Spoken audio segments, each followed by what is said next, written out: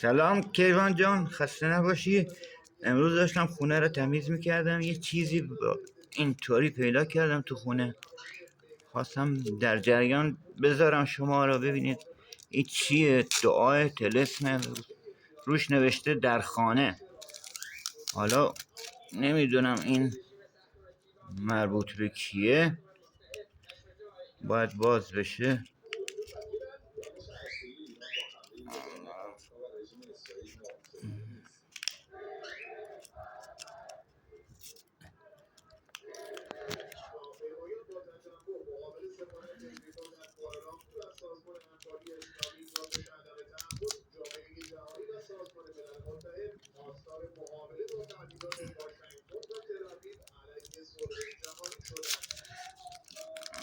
بابا.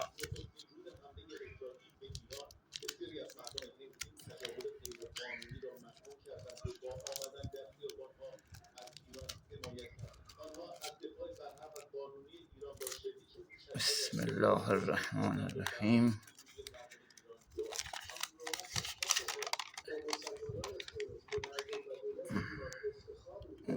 بسم الله الرحمن الرحیم نوشته. نمیدونم، اینو میفرستم برای کانال کیوان 1. ممنونم، خداحافظ.